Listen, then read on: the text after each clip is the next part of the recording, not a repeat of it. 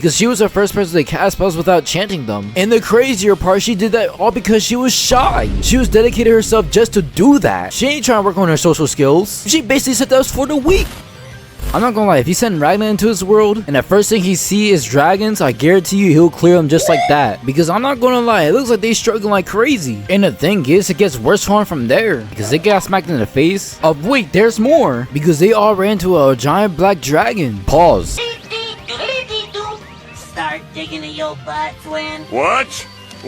And this is one of the situations that they can't back out from this. If they try to leave, they dead. If they try to fight, good luck. But some of them don't even have the willpower to even fight. They already gave up from the jump. And at that point, everyone's just calling it GG's. And you gotta sit there and ask yourself, can you really blame them? Me personally, if I was in that world and if I had magic, I would have tried to fight that thing. And if I lose, I gain experience. But I'm gonna make sure I don't come out alive though. If I had to sacrifice a background character, I'm sorry, but you have to go.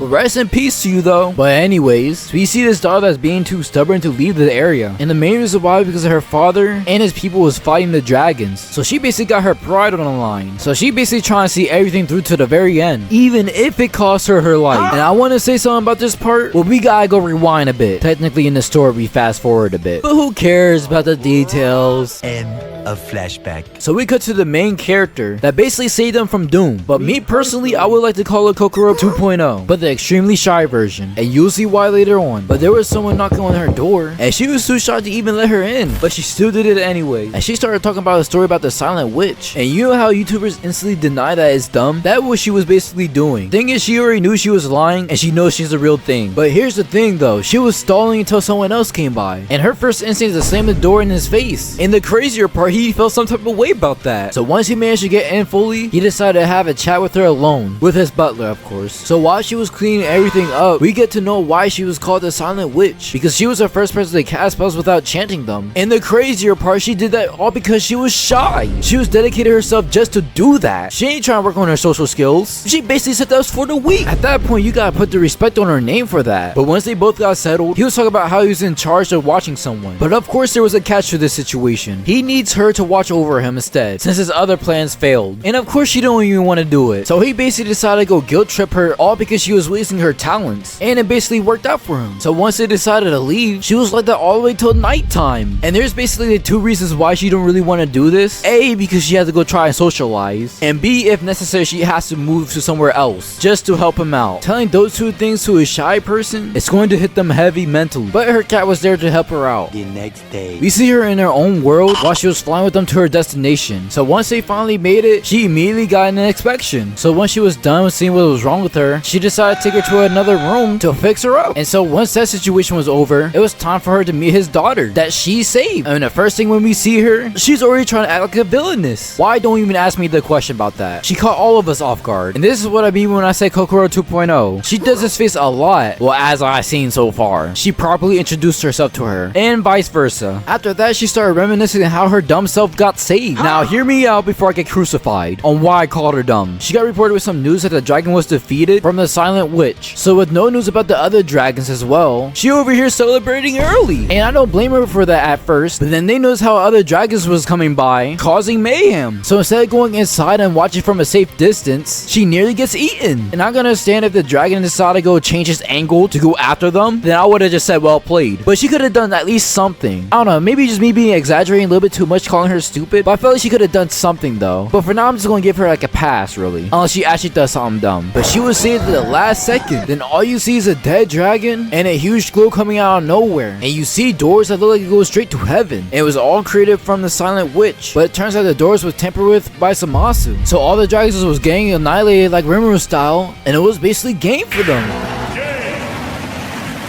And believe it or not, it was the end of that episode, and it's basically her nerding out. And it's always a good thing to see. But honestly though, that anime is just mad interesting to watch. I'm only on episode 1, and it hooked me in just like that. And I feel it's a good thing that I want to go share this anime out with y'all. And I hope that this anime don't really disappoint me. All I know, Crunchyroll suggested it, and I seen the title in a picture, I'm like, you know what? Screw it. I might as well give it a watch. If y'all did enjoy, or if you enjoyed watching this anime as well, let me know. But I don't really have anything else to say, but I really hope that you enjoyed this type of video. And if you did enjoy enjoy it, like, appreciate, share, be nice. Make sure you check out my Nintendo channel. It'll be in the description, and so is my Twitch and Discord server. But I don't really have anything else to say, but I hope to see you next time in a different video. If not, I hope you have a good life. I love y'all.